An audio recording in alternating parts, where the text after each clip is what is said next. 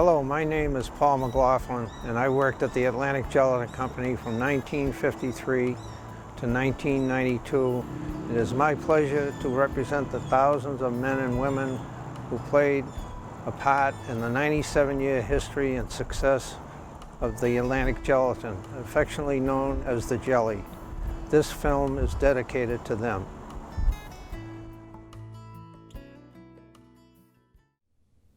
As Woburn grew and prospered during the 1800s, farms and tanneries provided most of the opportunities for employment. At the end of World War I in 1919, a new industry emerged that not only provided employment with steady pay, but would soon offer pension plans and medical insurance, providing stability and enhancing the lives of thousands of middle-class families in Woburn, as well as our neighbors in Stoneham and Winchester.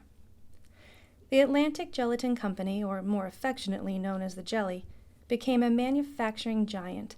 Producing gelatin proved to be a true partner in the development of Woburn's economic growth. While gelatin was not a new product, its expanding uses created demand worldwide. The Atlantic Gelatin General Foods plant would go on to develop three major operations: gelatin, flavoring components, and byproducts.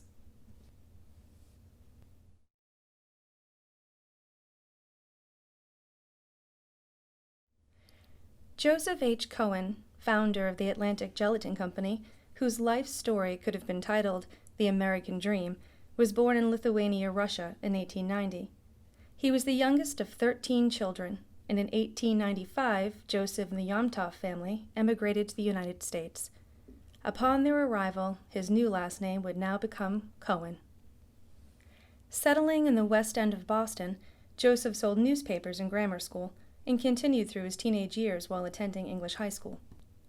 Upon graduation, he attended the Massachusetts Institute of Technology on full scholarship, majoring in a new course, chemical engineering. Taking a leave of absence from MIT to earn additional money, he worked for the Northwestern Leather Company in Salem, where he learned the leather trade. When he graduated from MIT in 1913, he worked for a short time in a tannery in New Hampshire. Not able to convince local tanners that they needed a chemical engineer, he went to work for the American Glue Company as superintendent of the company's gelatin department. Looking ahead, Cohen felt that there would be more of a future in the gelatin industry than in the glue or leather industries. With his prior work experience and understanding of the similarities between the production of leather and gelatin, he decided to start his own company. It was necessary for him to have money for a factory, materials, and equipment. He was able to enlist the support of 5 important tanners to back him in the endeavor. These tanners shared his belief that gelatin could be made and sold at a price that customers were willing to pay while watching the business grow. These backers were Wyden Lord Tanning Company, Crease and Cook Company, Northwestern Leather Company, Thayer Foss Company, and J.S. Barnett & Sons. According to Joe Cohen, this enterprise took imagination, it took initiative, it took courage, and it took cash. Cohen worked on a proposal to buy the buildings and land of the Bader Adamson Glue Company. With the help of Mayor Bernard J. Golden and Daniel P. O'Brien of the Woburn Machine Company, the largest machine company in Woburn. Together they acquired 84 acres of land, located on the Woburn-Stoneham line, which gave them access to water and the railroad shipping tracks. An agreement was reached with the 5 tannery owners on September 29, 1919. The Atlantic Gelatin Company broke ground for the construction of a new plant, office, and laboratories in October. The construction was completed in January 1920. They were now open for business. The president of the company would be Peter Wyden, one of the investing tanners. He was the owner of many tanneries in the area, including the Wyden Lord Tanning Company in Woburn. Joseph Cohen would be named general manager. They would also need experienced workers. Many would come from the local tannery business. One of the first employees they would hire was Nils Hultgren, who worked for Andrew Peterson Tannery in North Woburn. Hultgren began working for Atlantic Gelatin in 1920, and he would work his way up to be superintendent. He held that position until his retirement in 1959. Interestingly, he and his family lived on the site at 23 Hill Street. His 3 children remember those days fondly growing up roaming their huge backyard at the Atlantic Gelatin.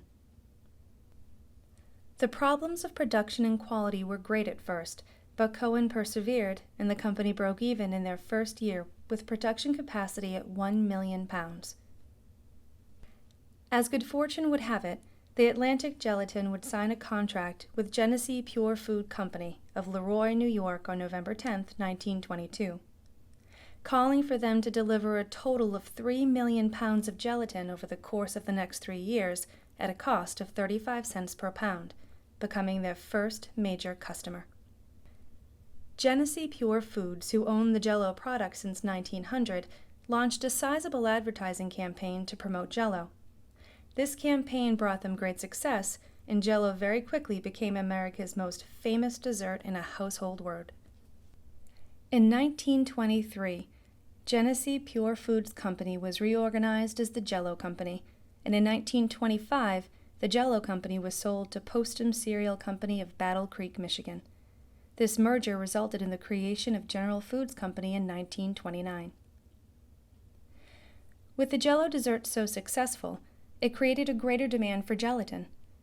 General Foods made the decision to purchase the Atlantic Gelatin Company in 1930 for $814,000, guaranteeing their supply of gelatin for General Foods Jello.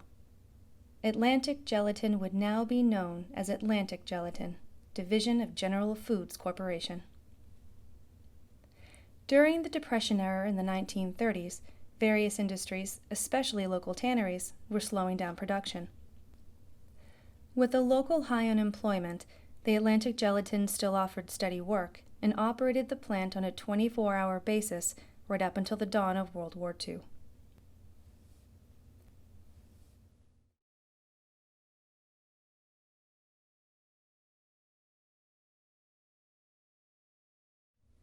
With the onset of World War II in 1941, the Atlantic Gelatin was still able to meet the demands for Jello and minute gelatin, in spite of its serious loss in personnel to the armed forces and the increasing difficulty of obtaining raw materials created by the war. They were also handling the demand for gelatin by many food industries as well as the pharmaceutical industry, where gelatin was being used extensively for vitamin and other gelatin capsule preparations, with most of this material going to our military and allies. The demand for photographic gelatin had also increased. Aerial photography represented the eyes of the military, and it was extremely helpful in achieving victory in the war effort. New uses for the byproducts of gelatin were the large quantities of grease that would be used in manufacturing of grade 2 oil, soaps, and explosives, also used by the military. Since many of Atlantic Gelatin's personnel were in the younger age group in 1943, 92 out of a total of 250 employees, or 37% of its workforce, had been inducted into the military. This created a serious manpower problem that was met by the employment of boys between the ages of 16 to 18, and for the first time, the employment of women, who would work in the factory by late July of 1943. By the end of the war, over 110 Atlantic Gelatin employees would serve in the military. In 1946, Joe Cohen and his staff would begin honoring the achievements of his longtime employees who participated in the growth and development of Atlantic Gelatin since its beginning in 1920. These newly formed service award receptions were often held at the Belmont Country Club. These men and women were the backbone that made the Atlantic Gelatin successful, and probably gave it the nickname the Jelly. In this same spirit of service and recognition, on Memorial Day in 1948, a memorial was placed on the grounds at the Atlantic Gelatin that honored all employees who had served in World War II, with special dedication to the memory of 4 deceased employees who made the supreme sacrifice. First Lieutenant Edward C. Walsh of Brookline was in the Army Air Corps. He went missing in action in Germany on September 11, 1945. Private James J. Gannon of Everett served in the Army. He was killed in action in Italy on March 9, 1944. Corporal Patrick Rosilio of Woburn was employed as a chemist in the laboratories of the Atlantic Gelatin before being assigned to the Medical Corps as a corporal in the Army. He was killed in action on July 31, 1944 at St. Lo, France, while carrying a litter to pick up other wounded men. He was the recipient of the Purple Heart. Private John H. Began of Woburn worked at the Atlantic Gelatin until he enlisted in the Marines. He fought on Saipan and Iwo Jima, where he died on March 18, 1945, as a result of his bullet wounds. He was awarded the Purple Heart and the Asiatic Pacific Medal. Edward Callahan and Eugene Sweeney, two of the first employees to respond to the call of World War II, unveiled the memorial. A crowd of over 400 people came to the plant for the ceremony that included family members and local dignitaries.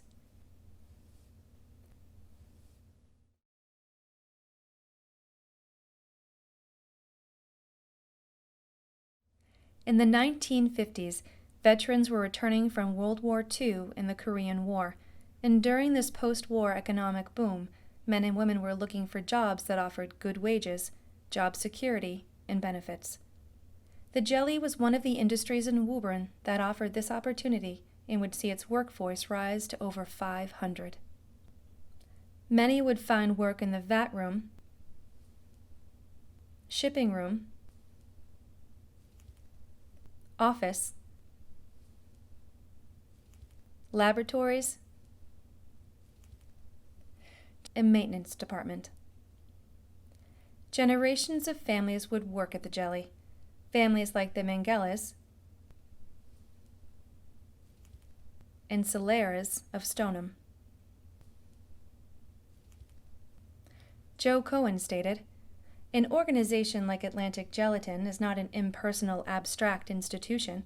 On the contrary, it is a very live, human, throbbing enterprise. It is like a large family. The welfare of the whole is reflected in the welfare of each individual member." He would make sure the employees would enjoy the Christmas parties, continued service awards, outings, and even offered employees and their families vacation at the Ranch in Orange, Mass., where they could rent General Foods-owned cabins for summer vacations. Joseph Cohen would emphasize the importance of a family atmosphere, creating the first newsletter called At Gel Topics in 1952. This became a vehicle to communicate with his employees about the state of the company, employee activities, and announcements.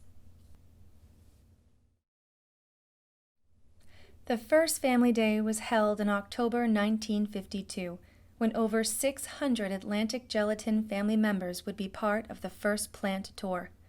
At this time, we see the formation of bowling teams, softball and golf leagues, but one of the most important organizations that would be founded was the At-Gel Credit Union, with Larry Orsillo as the first president.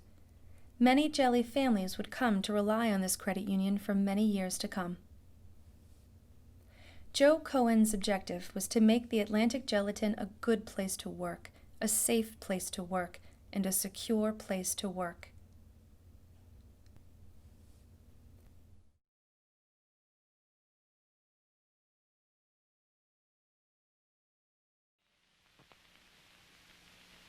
All right now, boys, how about a little dinner music? Okay, Dave, what'll we sing?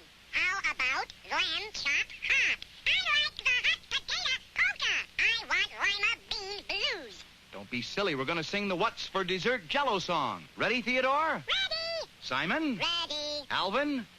Alvin? Ready, and here's the Jello. Alvin, over there. All right. 1, 2. Jello, Jello, time for fun. Lots of fun for everyone. Wiggle, wobble, shiny, bright. Let's have Jello every night. Alvin! Jello, Jello tastes so nice. Soft and sweet and cool as ice. Alvin! Okay! Jello's fun and Jello's gay. Eat Jello every day. Jello. Okay! Many people ask, what is Jello made from? The answer? Pigskins and tanner stock. Jello is a brand name, and gelatin is the important ingredient in Jello. The gelatin in Jello is produced from the collagen protein from pigskins and cattle hide trimmings. Tanneries and meat packers in the U.S. and abroad were the chief sources for the raw material that supplied Atlantic gelatin. The gelatin made at Atlantic Gelatin had many varied uses that fall into 4 categories: edible, pharmaceutical, industrial, and photographic. Its greatest use was in the edible category, used by the food industry, where the Atlantic Gelatin plant produced more than 20 million pounds annually for use in Jello desserts. Gelatin was also used extensively in the meat, confectionery, and baking industries. The pharmaceutical industry used gelatin to make capsules for medicines and vitamins and as binders for pills. Industrial uses came from the byproducts department, where they collected fats and oils from the gelatin manufacturing process and converted this material for use in products such as high-quality lubricating oils and in antibiotic productions and soap manufacturing. Up until the 1970s, the photographic industry used gelatin and ocene in the preparation of photographic plates, film, and paper. The Atlantic Gelatin Company would continue to grow and prosper from these products for 97 years. The process to produce gelatin in the 1950s from edible frozen pigskins began when the skins arrived by freight cars that ran along the Atlantic Gelatin property. The skins were then moved to the prep area in the vat room to thaw and begin the process to break down the tissue. They were then craned to a chopper where they were cut into manageable pieces, put into the wash mills to soak, and washed with treated diluted chemicals which made the skin swell, making it easier to extract the gelatin. The skins were then conveyed into 5-foot kettles in the cookroom, where the cooking process began with the extraction of collagen from the skins, which turned into a liquid form, producing an average of 3% gelatin. This process allowed the collagen and oils in the skins to be released. The oils were not needed for the gelatin, so the oils were sold as non-edible byproducts to other companies. Once the oils were removed, further steps were taken to purify the gelatin. It was then filtered and evaporated into approximately 20 to 30% gelatin. The now syrup-like solution flowed through dozens of tiny nozzles onto an ice-cold revolving drum, where it congealed prior to going onto continuous dryers. There were 2 different size continuous dryers that would produce a total of 3,000 pounds per hour of gelatin. The number 1 dryer produced 1,000 pounds, and the number 2 dryer produced 2,000 pounds. It took approximately 4 hours to dry gelatin before being sent to bulk handling to be ground and sifted into different specified meshes for each customer's requirements. Before blending, the gelatin was put into drums for quality testing by the lab technicians, checking for the bloom, which is the strength of the gelatin, and mesh per the customer's requirements. It would be tested again before being packaged in drums or 50-pound bags and shipped out to the customer. The process for tanner stock, which is cowhide trimmings, required a different prep treatment. Arriving in freight cars and trucks, they were placed into the vats for 6 to 60 days, depending on the treatment needed. It was a longer treatment process, but once it went into the wash mills, it continued the same process as pigskins to produce gelatin. This production process would remain essentially the same over the years, with improvements due to automation and modernization helping to increase the plant's productivity. The Atlantic Gelatin was the only General Foods plant that did not make a finished product. They supplied other General Foods plants around the country with gelatin used to make various General Foods products that included Jello desserts. They also sold to other industries. In 1954, new and improved uses for gelatin were being developed, which increased production, making the Atlantic Gelatin Company the largest gelatin manufacturer in the world. producing over 22 million pounds per year.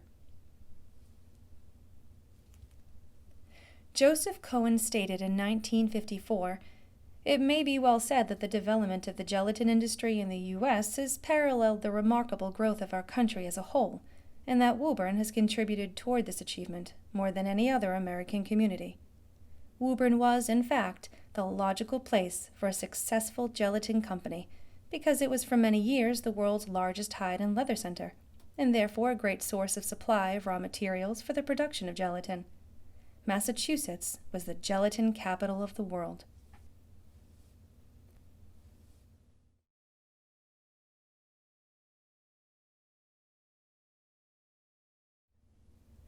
The jelly celebrated its 35th birthday in 1954 with a large open house where Joe Cohen welcomed employees and their families, customers, suppliers, local officials, and the general public. It was a community celebration proudly showing their accomplishments over the last 35 years. The festivities included tours of the plant, exhibits and offices, with refreshments served at the end of the tour. Everyone got a first-hand look. The Atlantic Gelatin was proud of the role they played in the community. They would contribute as individuals and as an organization to the welfare of the Woburn community and surrounding neighbors Stoneham and Winchester. In doing so, they sponsored Little League teams in Woburn and Stoneham and gave out teachers' grants to assist teachers in furthering their education during the summer months. A major shift would occur in October 1955 when Joseph H. Cohen, founder of Atlantic Gelatin and General Foods vice president, retired. The Cohen years were over. All that he built would now be left in the hands of others. He left behind years of success, loyalty, and dedication to the men and women of Atlantic Gelatin, whether they worked in the plant, office, sales, or laboratory. He would never forget their contributions to the growth and success of the jelly for his 36 years. Cohen's successor would be Clement H. Watson, who held the position of general manager from 1955 to 1962. During Watson's years, the Atlantic Gelatin would see the completion of the new lab buildings, which housed the technology and research departments. These research departments would be under the direction of Harold Rosenthal. These departments would play a major role in the development of new products in the years to come. Just as the original owners of Atlantic Gelatin were seeking markets for their tanning byproducts, so too was the new management. The product was grease oil, a byproduct of gelatin making. When blended, it became a high-quality, Grade A lubricant used in the textile industry, leather industry, and pharmaceutical industry. The growth of these items by the byproducts department added to their success at this time. The Atlantic Gelatin always kept their spirit of independence and self-reliance, even as a division of General Foods. They made a point of keeping that jelly family spirit by continuing to hold family outings, with tug-of-war contests and old-fashioned pie-eating contests for the kids. The service awards or pin parties would continue, a time employees could come together. These functions would now be held at Hillview Country Club in North Reading. The BEA, or Board of Employee Activities, was formed by employees to promote involvement in social events and issues. Its initial event was the United Fund Appeal. One of their greatest successes were the children's Christmas parties. Rex Trailer and his sidekick Pablo, stars of the Boomtown TV show, would be the hosts and delightfully entertain the Jelly Kids at the Stoneham Town Hall in 1957. Another important group that was very much a part of the Jelly family was the Plant Protection Officers. These men had the important duty of security and fire prevention throughout the plant. You couldn't get by them at the main gate. The whole landscape would drastically change in May 1959. With the construction of the Woburn section of Route I-93. Hill Street would be realigned and houses would be lost. The jelly would no longer be tucked in a quiet section of East Woburn, but was now very visible for all to see as a Woburn landmark. Following Clem Watson as general manager was Richard M. Laster, who would serve for 1 year as interim general manager from 1962 to 1963. He would go on to become executive vice president of General Foods Corporation.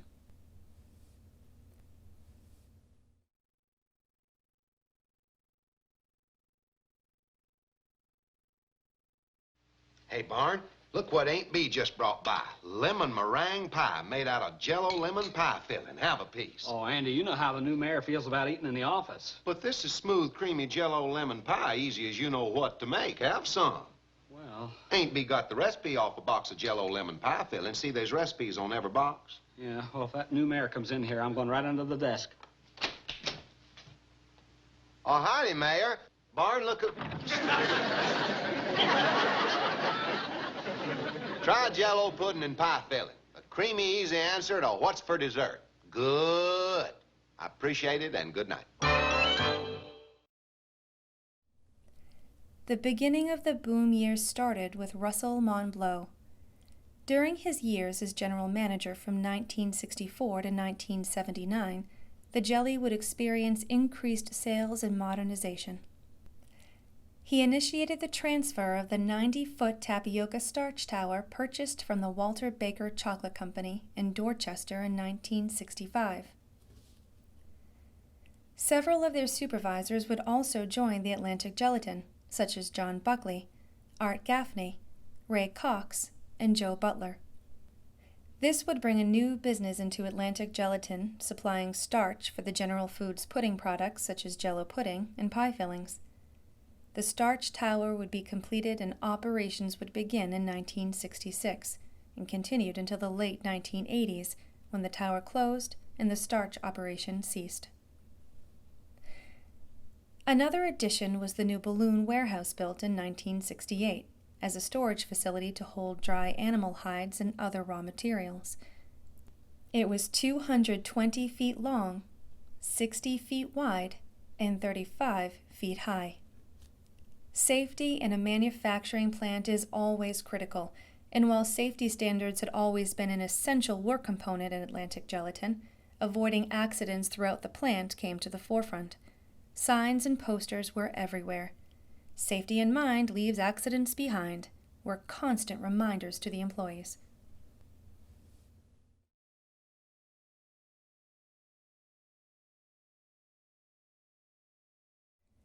In the 1960s to 1970s, millions of dollars were spent to modernize areas in the plant and the outside grounds.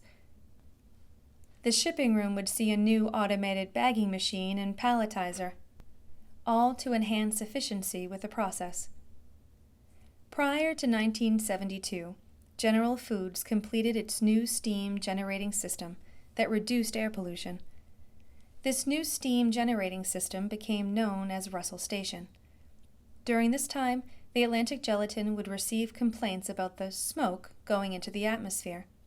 People misunderstood the steam for smoke.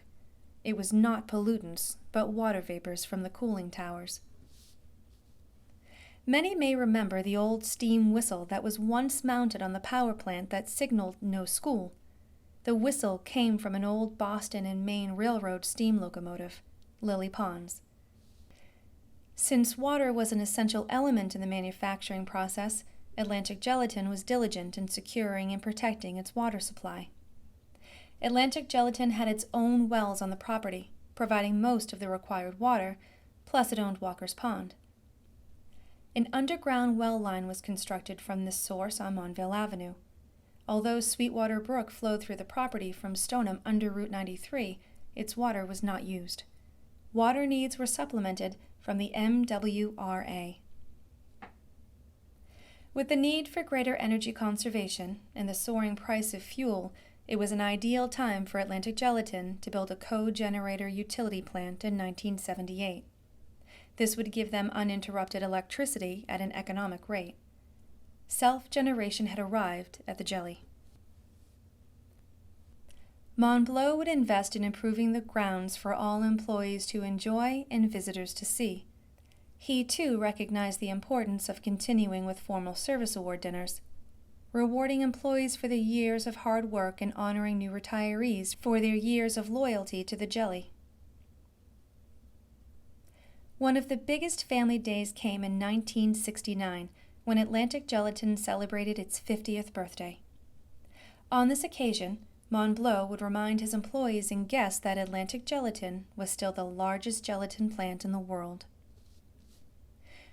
To understand the immense scale of their operations, he divulged that Atlantic Gelatin employed 475 people with an annual payroll over $4 million. Over $10 million were spent on raw materials and services to produce enough gelatin to provide every man, woman, and child in the city of Woburn with over 600 servings of Jello per day, and their operations consumed enough water every day to supply a city of over 50,000 people. Many millions of pounds of raw materials were needed every year to produce 20 million pounds of gelatin. To produce that quantity of gelatin would require a trainload of refrigerated rail cars full of edible frozen pigskins stretching over 18 miles. The dry tannery hides being shipped from outside the United States required over 100 ships each year, and domestic hide trimmings required 10 miles of trucks. This was the jelly legacy in 1969 under Russ Montbleau. The Atlantic Gelatin Company remained a major employer in Woburn, and in 1965 it was Woburn's second largest taxpayer. Upon Montbleau's retirement, he would turn the leadership over to Gerald M. Wiseman, who would serve as general manager from 1979 to 1996. He would see the spray drying business expand in 1980 with the construction of one of the largest facilities of its kind in the world, the Atlantic Towers. 2 additional spray towers were installed to accommodate the growing portfolio of flavor ingredients required by General Food products, such as Jello gelatin, Kool-Aid drink mix, Post Fruity Pebbles, Jet Puffed Marshmallows, Trolley Gummy Candy, and Crystal Light beverages. The process for making these flavors was the mixing of a fixation compound and flavoring oils into fine particles, which were then pumped under very high pressure to the top of the tower, where they were then sprayed into the unit as a fine mist. The moisture was removed and a fine powder collects to the bottom. The flavor product was then drummed and sent to the various General Food plants. The Atlantic Gelatin was always looking for technological improvements. In 1983, a $1 million ultrafiltration processing system for removing water and salts from the gelatin, a process that replaces energy-intense evaporators, was installed. This filtration system produced a higher concentration of gelatin, a new way of producing something faster and at a less cost, using less energy. Wiseman would face an economic climate change for the jelly. There was greater competition. There were 6 other domestic gelatin manufacturers all competing for supply of raw materials. Atlantic Gelatin was also competing head-on with gelatin imports from nations that enter the U.S. duty-free. Jerry Wiseman felt strongly that Atlantic Gelatin could compete because it had 4 major strengths: quality, reliability, innovation, and continuity, which translated into dedication and staying power in supplying quality gelatin to General Foods in the open market. He would be the torchbearer of this message even while another corporate ownership change would occur in 1985, when General Foods was acquired by Philip Morris Companies for $5.7 billion. In 1988, Philip Morris bought Kraft Incorporated, and it merged the 2 food companies in 1990 to become Kraft General Foods. In 1992, the Jelly family would have a small part in a special event with employee Dan Kerrigan, who was a welder in the maintenance department. His daughter Nancy participated in the 1992 Winter Olympics. To show support, the Jelly employees raised funds as a gift to the Kerrigan family to enjoy while attending the Olympics. Nancy would go on to win the silver medal in figure skating. In 1996, Kathleen Piggott began her tenure as general manager. Besides the responsibility for managing all plant operations, she would need to use her public relations skills during those years. The plant that began in 1919 in rural Woburn was now surrounded by neighbors.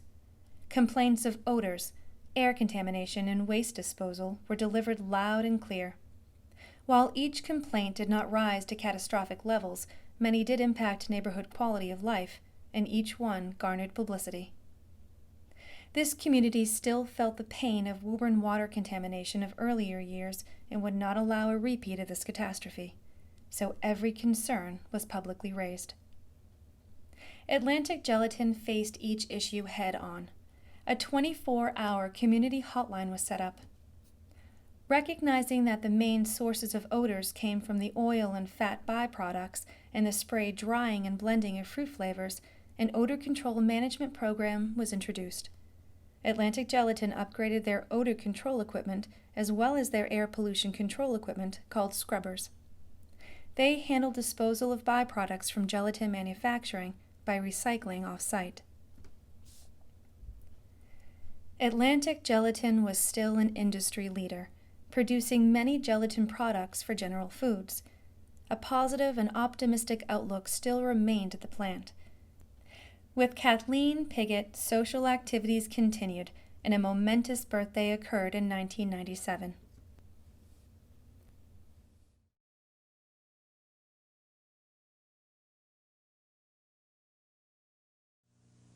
I hope you made a special dessert for our anniversary. I didn't make dessert, Dad. Oh? Instead, I made some fun. Watching flavor, see it shiver, cool, fruity flavor, Jello. Jello tastes great, of all desserts you'll love the one that tastes so good and makes such fun. Make Jello dessert and make some fun. You sure taught me how to make fun. In 1997, the Jello brand celebrated its 100th birthday, and proudly Atlantic Gelatin had supplied 100% of the gelatin for 78 of those years. The Jello brand was owned by Orator F. Woodward, owner of Genesee Pure Foods of Leroy, New York. He bought the formula in name from P.B. Waite of the same town in 1899 for $450. Waite was experimenting with gelatin in his home and came up with a fruit-flavored dessert his wife would name Jello. The 4 original flavors were orange, lemon, strawberry, and raspberry, with lime being introduced in 1930. Jello's success can be attributed to great marketing, such as posters and magazine ads in the Ladies' Home Journal. In 1934, General Foods was one of the first to advertise on radio with Jack Benny. Pudding mixes were introduced in 1936. Jello would become so successful, nearly every household in America had a favorite Jello recipe by the 1960s. In 1964, the popular slogan, "There's always room for Jello," was introduced. Another new product that was a hit was the Jello frozen pudding pops in the 1980s. The Atlantic Gelatin would honor this occasion with a picnic and family outing for employees.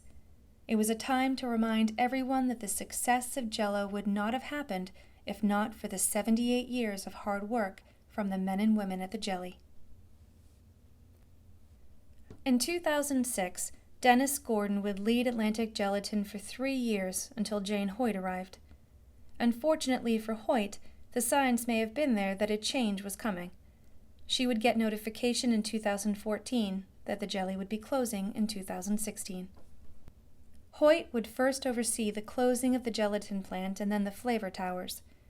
With the merger of Kraft Foods Group and Heinz in July of 2015, the new company name would be Kraft Heinz, and the closing became official.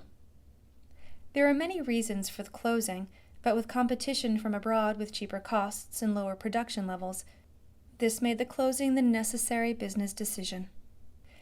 In his statement on the closing, Steve Yucknut, Vice President of Integrated Supply Chain for Kraft's Meals and Dessert Business Unit, said the following: "Closing the Woburn facility is difficult for us, but in looking at our operations holistically, we don't think that long-term investments in this facility make strategic sense for our network. We know external vendors already have the upgraded technology and optimized logistics to drive significant costs efficiently. Yucknut added, "This is not a reflection on our employees in Woburn. This is a business decision that has nothing to do with their performance, which has been excellent. We are committed to treating our employees with respect and dignity and will be working with them through this transition." Joseph Cohen had the view in 1954 when he stated, "Atlantic Gelatin is as good for Woburn, Stoneham, and Winchester, and other neighboring communities as those communities are for Atlantic Gelatin." This sentiment remained for 97 years.